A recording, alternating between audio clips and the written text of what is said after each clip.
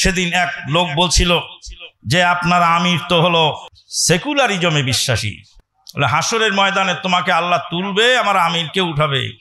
Secularism প্রমাণ করতে হবে। উদাত্ত আহ্বান বইটা তুমি পড়েছো? কয় না। তিনটি মতবাদ পড়েছো? না। সমাজ বিপ্লবের ধারা পড়েছো? না। ইসলামের খেলাফত নেতৃত্ব নির্বাচন বইটা পড়েছো? কয় না। তো আমার আমিরে জামাতের কোনো বই পড়ো নেই, আর তুমি সেকুলার বললা কি করে? তিনটি মতবাদ বইয়ের মধ্যে একটি মতবাদ হলো সেকুলারিজম।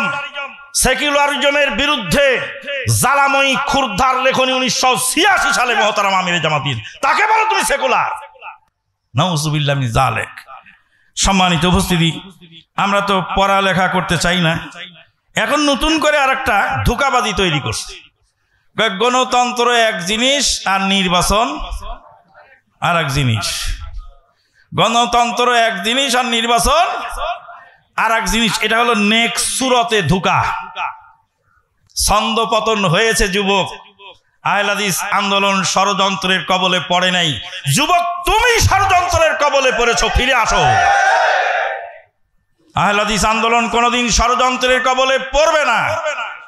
ষড়যন্ত্রের কবলে তোমরা পড়ো, ফিরে আসো। ক্ষমতার লোভ মানুষকে পাগল বানিয়ে দেয়।